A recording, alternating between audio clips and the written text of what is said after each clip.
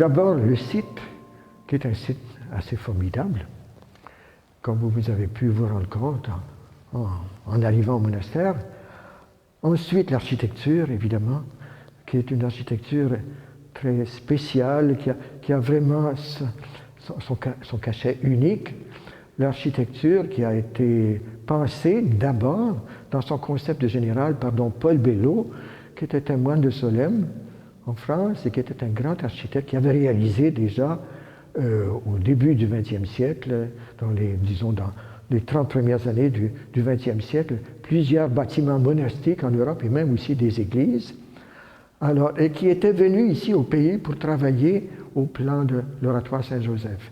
Et à ce moment-là, la communauté ici pensait à construire un monastère, parce que les moines à ce moment-là habitaient un monastère de bois, qui était évidemment quelque chose de tout à fait temporaire.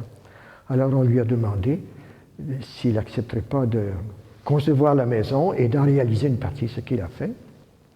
Donc l'architecture, qui est très spéciale, qui a été faite dans un premier tiers, si vous voulez, par Bello, un deuxième tiers par Claude Côté, qui était un moine d'ici, un Québécois, qui avait fait les Beaux-Arts à Montréal et qui est décédé il y a une bonne vingtaine d'années maintenant, et qui a réalisé l'hôtellerie et le sous-sol de l'église. Et dans les années 90, comme nous n'avions plus d'architecte, alors nous avons fait appel à un architecte de l'extérieur, qui est M. Dan Anganou, qui est un Roumain néo-québécois, néo-canadien, et qui enseigne l'architecture à l'université McGill. Alors c'est avec lui qu'on a c'est à lui qu'on a demandé de construire l'église que nous avons et qui a été inaugurée, qui a été consacrée le 4 décembre 1994. Alors, donc, le lieu, le monastère et la communauté qui l'habite. La communauté qui l'habite, d'abord, elle est arrivée ici en 1912. Nous avons fêté l'an dernier, en 2012, le centenaire de l'abbaye. À l'époque, à l'origine de la fondation, Saint-Benoît-du-Lac avait été pensé pour être un refuge. Vous savez qu'au début du XXe siècle, il y a eu des lois contre les associations religieuses en France. Alors tous les religieux ont été expulsés de France. Certains sont allés dans les pays à côté, en Espagne, en Suisse, en Hollande, en Belgique et en Angleterre. Alors nos moines, l'abbaye qui nous a fondés, Saint-Vendry, tout près de Rouen, alors ces moines-là étaient en exil en Belgique et ils devaient trouver un autre lieu de refuge. Et c'est alors qu'un prêtre de Saint-Hyacinthe, qui étudiait à Louvain, étant allé en retraite au refuge de Saint-Vendry, alors leur a dit « Mais pourquoi vous ne venez pas au Québec? C'est une terre catholique et vous aurez les vocations. » Alors c'est comme ça que l'idée a germé, mais finalement, la communauté comme telle ne s'est jamais transportée. Mais ils ont envoyé d'abord un moine, et ensuite, là je fais bref l'histoire, mais ils ont envoyé d'autres moines, certains sont restés, d'autres sont partis, mais finalement, les postulants ont commencé à arriver ici, les novices, on les a envoyés d'abord se former en Belgique, c'est-à-dire dans la maison de refuge des moines de Saint-Vendry, et ensuite à Saint-Vendry même, de sorte que nos premiers anciens que moi j'ai connus dans les années 60, quand je suis entré, alors certains avaient fait leur noviciat là-bas. Donc la communauté a grandi, le dernier Français est mort et enterré dans notre cimetière ici en 1948. Et donc les Québécois sont entrés, la communauté a progressé. Et puis, alors, vous me demandiez les caractéristiques de Saint-Benoît. Des éléments qui ont beaucoup contribué ici. D'abord, l'apostolat du chant grégorien, qui a été fait par Don Georges Mercure, qui était un musicien tout à fait remarquable, que j'ai connu, et qui est décédé maintenant, lui aussi, il y a une bonne vingtaine d'années.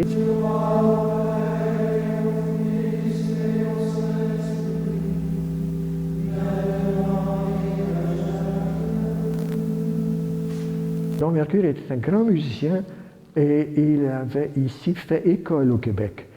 À l'époque, il faut penser que le chant grégorien était le chant presque exclusif dans toutes les liturgies de nos églises et des scolasticas et des noviciats, de sorte que il a beaucoup voyagé dans les communautés religieuses pour enseigner le chant grégorien, et il avait parti ici aussi tout un cycle d'études avec des cours et des examens et même un diplôme.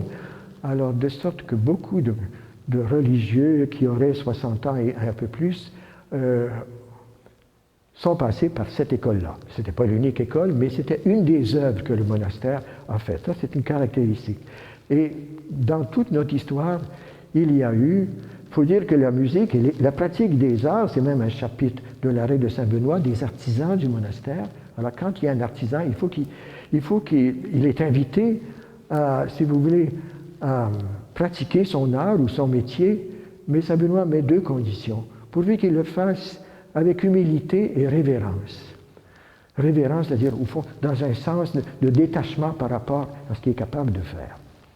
Alors, donc, il y a eu ici des architectes, je l'ai dit tout à l'heure, donc de l'autre côté, il y a eu d'autres types d'artistes, mais l'aspect musical ici, c'est un aspect qui a été très important à partir du moment de l'entrée de Don Georges Mercure jusqu'à aujourd'hui. Donc, il y a toutes sortes de musiciens qui sont passés, qui étaient des musiciens déjà des professionnels de la musique et qui ont suivi des cours de perfectionnement ou de formation complémentaire durant leur vie monastique. Donc, il y a eu Don Georges Mercure, il y a eu Oscar O'Brien, qui était un folkloriste, un spécialiste du folklore du Québec très, très connu, et qui était une vocation tardive. Et puis, je ne nommerai pas tous, mais il y en a eu plusieurs, dont André Saint-Cyr, qui venait d'une famille de musiciens, qui était déjà musicien avant d'entrer. Il y a eu d'autres, et puis bien sûr le père abbé actuel qui a fait des études, et puis dont Richard Gagné qui a fait tout son conservatoire à Québec et qui est un improvisateur tout à fait remarquable et qui est maître de chœur actuellement. Donc tout l'aspect musical est important. Pourquoi la musique maintenant? Mais c'est que la liturgie a besoin du support, si vous voulez, de la musique pour lui donner de l'aile, pour lui donner de l'élan. Parce que la beauté, c'est d'ailleurs la devise de notre monastère, dans la beauté de la paix, in pulchritudine pacis. Alors, et quand on se rappelle que Saint Pie X voulait que son peuple prie sur de la beauté, alors évidemment, chez nous, les bénédictins, tout l'aspect des beaux vêtements, des beaux arrangements dans une église, vous savez, une certaine splendeur, je ne parle pas de richesse, une certaine splendeur complexe de signes, de choses belles. C'est très important pour que nos regards, si vous voulez, restent tournés vers le haut, vers Dieu, vers ce qui est beau. Et alors la musique, bien sûr, très importante. Alors, ça, c'est une autre caractéristique. Et il ne faut pas que j'oublie l'autre aspect. Tout à l'heure, j'ai parlé que c'est alors qu'ils seront vraiment moines, c'est bien du travail de leurs mains. Alors, pour gagner notre vie ici, les moines, surtout nos fondateurs, ont eu beaucoup de mal à trouver, comme on dirait aujourd'hui, le créneau, le bon créneau pour assurer l'économie de la maison. Alors, on a fait du bois de chauffage, on avait un moulin à scie, on avait un poulailler, enfin, toutes sortes de choses qui finalement se sont avérées pas très rentables. Jusqu'à ce qu'on décide de partir une fromagerie dans les années 40, je crois que c'est 1943, et c'est actuellement l'industrie principale de notre monastère qui assure, si vous voulez, notre subsistance, avec d'autres industries parallèles, si vous voulez, mais c'est quand même... Et alors, à ce moment-là, on a élaboré, avec des professionnels de l'extérieur, des fromages qui sont connus, de type gruyère, et aussi ce fameux fromage bleu qu'on appelle soit l'ermite ou le bleu bénédictin. Alors ça, c'est une structure importante de notre vie, une des caractéristiques importantes de Saint-Benoît. On a fait de l'élevage aussi, mais pour l'instant, on a supprimé parce que le frère qui s'occupait de notre troupeau, qui était du charolesme à ce moment-là, s'est envolé vers le ciel. Alors, on n'avait personne pour le remplacer, donc on a dû arrêter. Mais il ne s'est pas exclu que plus tard, on y revienne si jamais un jeune nous arrive et puis qui a le don de s'occuper des animaux. Alors moi, j'invite tous les jeunes qui sont intéressés, vous savez. Ce n'est pas nécessaire d'avoir des talents très particuliers, d'être un grand musicien. Ce qu'il faut, ce qui est important, c'est de chercher Dieu, puis de se sentir appelé à ça. La grande chose, actuellement, ce que je trouve dommage, c'est que les jeunes ignorent la vie monastique. Et puis, ils ignorent aussi qu'au fond de leur cœur, il peut y avoir aussi un appel de Dieu à se donner tout à fait à Dieu et à chercher Dieu dans ce cadre, qui est un cadre tellement merveilleux. Je me souviens qu'un jour, un de mes professeurs de musique m'avait dit ceci, quelqu'un d'ailleurs qui était assez loin peut-être des réalités chrétiennes, et qui m'avait dit ceci, « Savez-vous finalement que peut-être une des plus belles façons de vivre une vie humaine et chrétienne, c'est la vie monastique. » Mais je crois qu'il a parfaitement raison. Je ne dis pas qu'il n'y a pas moyen d'être chrétien et d'être saint dans le monde, jamais. Mon Dieu, quelle prétention que ce serait de dire une chose pareille. Mais c'est une des caractéristiques de la règle, c'est l'équilibre, la discrétion. Et saint Benoît dit dans la règle quelque part que la discrétion, puis parlant de l'abbé, la discrétion est la mère des vertus. Alors, l'équilibre des choses, l'équilibre des éléments, le travail, l'étude, la prière. Pas trop de prière. Le danger dans l'histoire, ça s'est vu, quand il y a trop de prière, quand le culte, la liturgie devient trop importante, ça introduit un déséquilibre et peu de temps après, quelques années après ou quelques décennies après, il y a des éléments de décadence, j'ose dire. Parce que la vie monastique au long des siècles, depuis Saint Benoît, 6e siècle, a connu des hauts et des bas. Alors, c'est pour ça que, en gros, je dirais quand même aux jeunes qui regardent ce vidéo, pensez-y. Peut-être que le Seigneur vous appelle. Et si vous sentez quelque chose, ne vous refusez pas. Quoi faire? Quoi faire, c'est simple. Vous venez à l'hôtellerie, on vous accueillera pour quelques jours, puis vous resterez. Et puis, peut-être que vous ferez comme moi.